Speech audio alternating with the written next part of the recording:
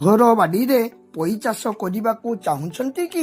ତାହେଲେ ଆପଣମାନେ ପ୍ରୋ ଟ୍ରେରେ ସହଜରେ ସୁସ୍ଥ ଚାରା ପ୍ରସ୍ତୁତ କରିପାରିବେ। ଚାଲନ୍ତୁ ତାହେଲେ ଭିଡ଼ିଓଟିକୁ ଶେଷ ପର୍ଯ୍ୟନ୍ତ ଦେଖିବା। ପ୍ରୋ ଟ୍ରେରେ ମଞ୍ଜି ପକାଇବା ପୂର୍ବରୁ ମାଟି ପ୍ରସ୍ତୁତି ବହୁ ଗୁରୁତ୍ୱପୂର୍ଣ୍ଣ ଅଟେ।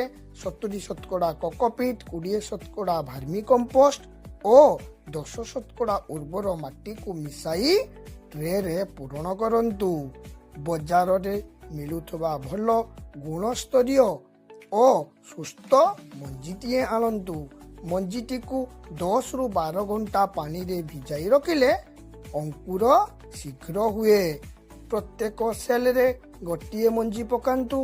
1ରୁ 1.5 ସେଣ୍ଟିମିଟର ଗଭୀରରେ ପକାଇ ପ୍ରସ୍ତୁତ ମାଟିକୁ ଉପରେ ଦେଇ ମଞ୍ଜିଟିକୁ ଢାଙ୍କି ଦେଇ ହାତରେ ଧୀରେକି ପ୍ରେସ୍ କରିଦେବା। ସ୍ପ୍ରେୟାର ସାହାଯ୍ୟରେ ପାଣି ଦେବା।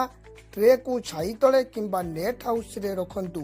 ପ୍ରତ୍ୟେକ ଦିନ ହାଲୁକା ପାଣି ଦେଲେ 5ରୁ 7 ଦିନରେ ଅଙ୍କୁର ଆସେ।